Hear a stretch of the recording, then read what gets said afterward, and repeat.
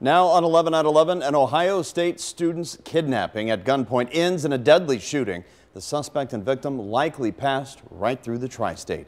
9 on your side's Kristen Swilley brings us up to speed on the investigation and how this saga came to an end.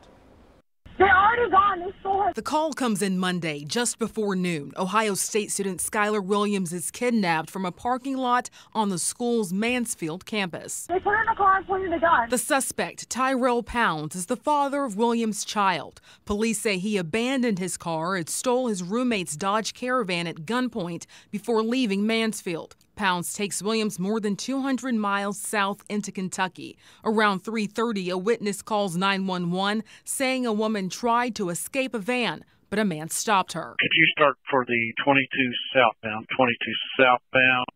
have KSP, probably approaching the 30 now. Kentucky State Police troopers spot the van in Henry County. They try to pull Pounds over and a chase begins. Got a trooper stationed at the 18. He's going to have some stop sticks, maybe assist him. He crosses county lines on I-71 and local police join in. The unit that's 14 that he's approaching quickly, 100 miles per hour.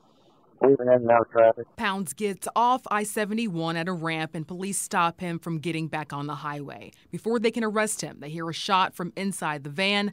Then a trooper fires. Both Pounds and Williams are killed. We've got 2 subjects, both with gunshot wounds. Kristen Swilley, 9 on your side.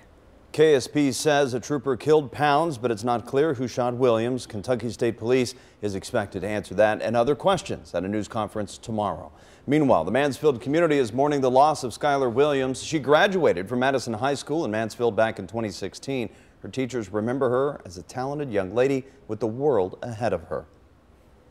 She had a beautiful smile. She had a feisty little personality sometimes. It's a very difficult situation to go through, and it is typical of the Madison community for people to rally together and rally around each other. The school is offering counseling for students and staff who need